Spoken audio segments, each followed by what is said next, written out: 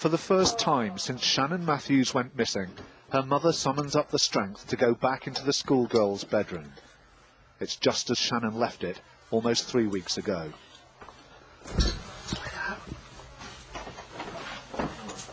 Not the last time I went in there, I got Tuesday morning to get up for school. And why have you not been back in there since? Because I can't do it.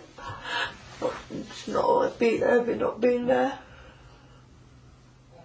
Then she's out there somewhere, not here where she belongs.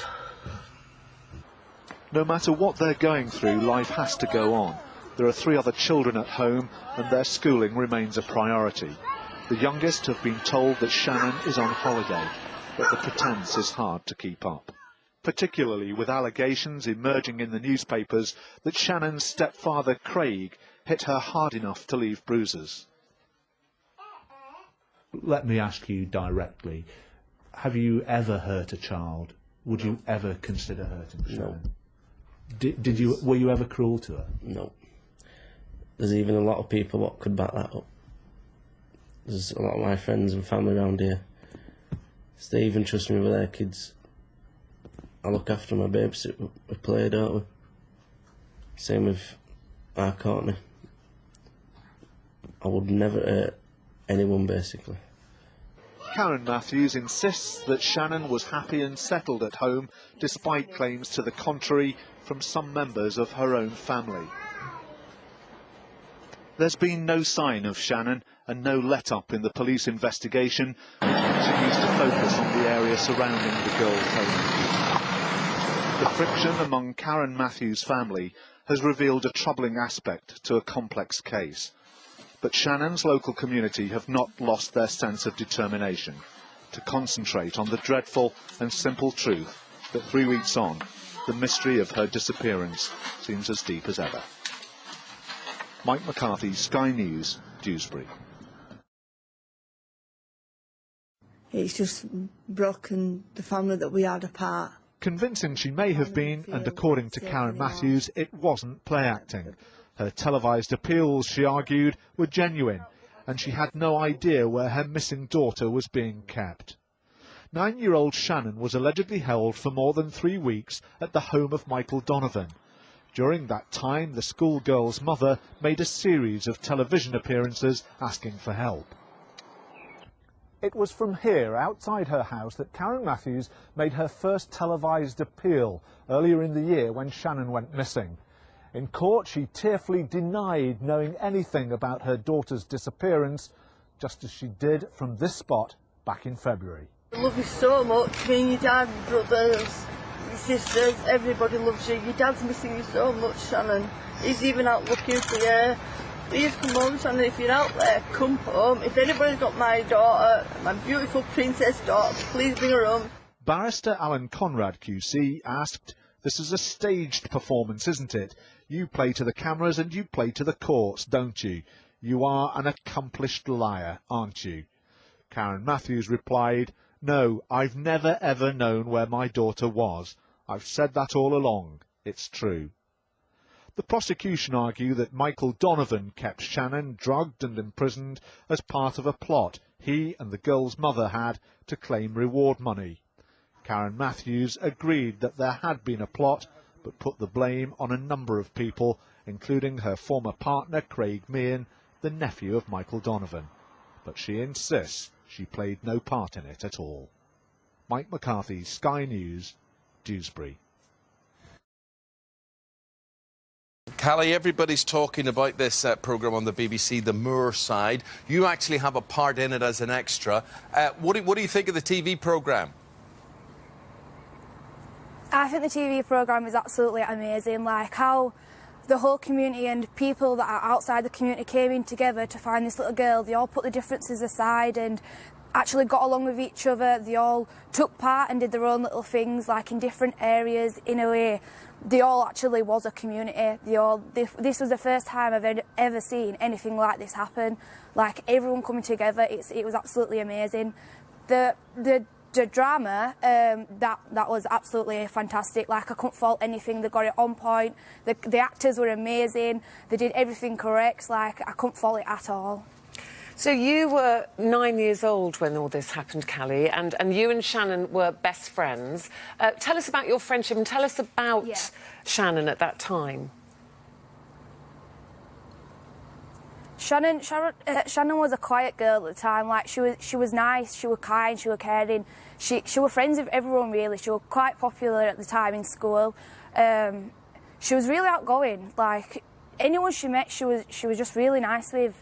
I couldn't ask for a better best friend when I was younger. Like she made my childhood. Yeah, but do you remember, Callie, when you actually heard the news, when you were told she was missing?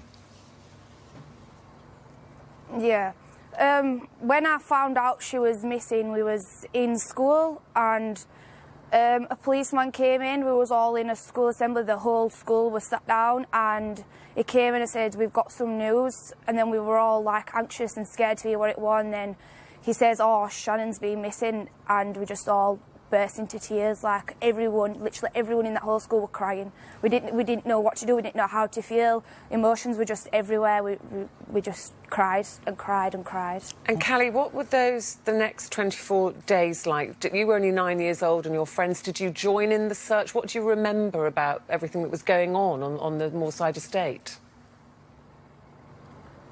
I just remember everyone was scared and worried, and everyone was just coming around Karen and surrounding her and doing anything they could for Shannon. Do you know what I mean? Everyone were doing their own little part in different ways. But then, as Ruth said, 24 days later, the truth came out. So what was the reaction when you all realised exactly what had happened? I was mostly angry. I wanted to really punch Karen. How can your own mother do something so cruel to your daughter? It's not natural. It's unreal. It's disgusting, really, in all words. Yeah.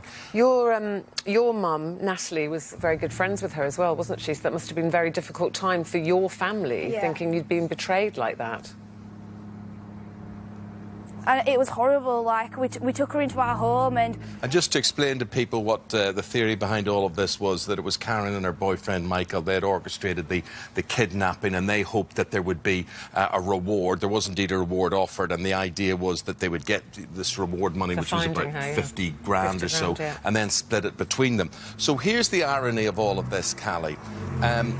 Shannon was found, but yet she was lost to you all forever. So there you were, she was your best friend at school and whatever, found, everybody says, oh great, but she's whisked away, she's given a new life, a new identity, and you haven't seen her in all those years since.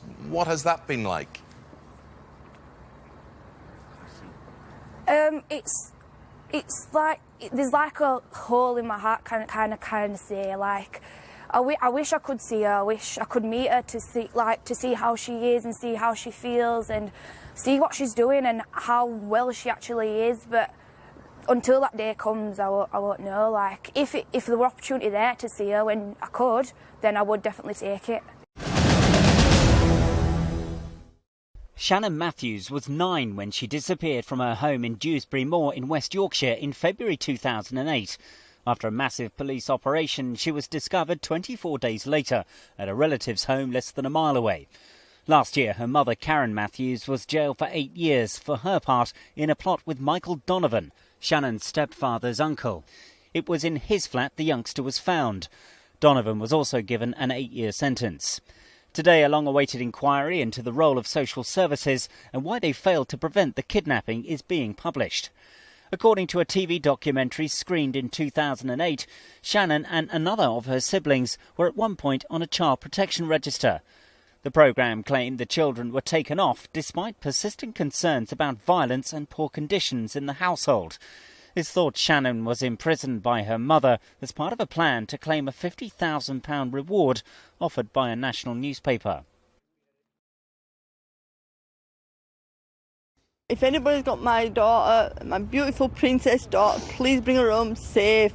From the distraught mother whose heartbreaking plight prompted sympathy the world over, to one of the most vilified women in Britain, Karen Matthews' fall from grace was dramatic. In one of the most notorious crimes of recent times, 10 years ago, Matthews from Dewsbury was locked up for faking the kidnap of her own daughter, 9-year-old Shannon. Not only a case of unthinkable betrayal, it was also a crime which cost millions of pounds in police resources and tarnished the reputation of the Dewsbury Moor estate, perhaps for good. But today, Karen Matthews has claimed that the continued anger directed at her is unfair. Now out of prison and having been moved to the south of England for her own safety, in an interview with a national newspaper, Matthews continues to deny that she had anything to do with Shannon's disappearance and claims she doesn't deserve the abuse she's had.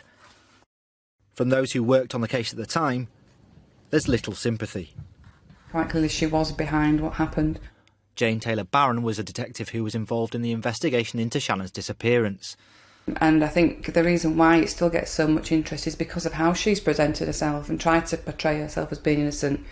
Yet you look at how many different accounts she's put forward, all the lies that she's told throughout it. Clearly, this is just another lie. In her newspaper interview, Matthews says that she's been made a scapegoat and adds, "None of it's true. I'm not Britain's worst mum. I didn't kill anyone. I'm scared I'll die, lonely and alone." But for the real victim at the heart of this case, they're likely to be seen as just more empty words. Karen used the child as a pawn in what to her was for her own means. I think she knew exactly what she was doing, but I think the limelight and the attention that she was getting was actually what was steering her towards carrying on with the pretence that she didn't know where her daughter was, when all along she knew exactly where her daughter was.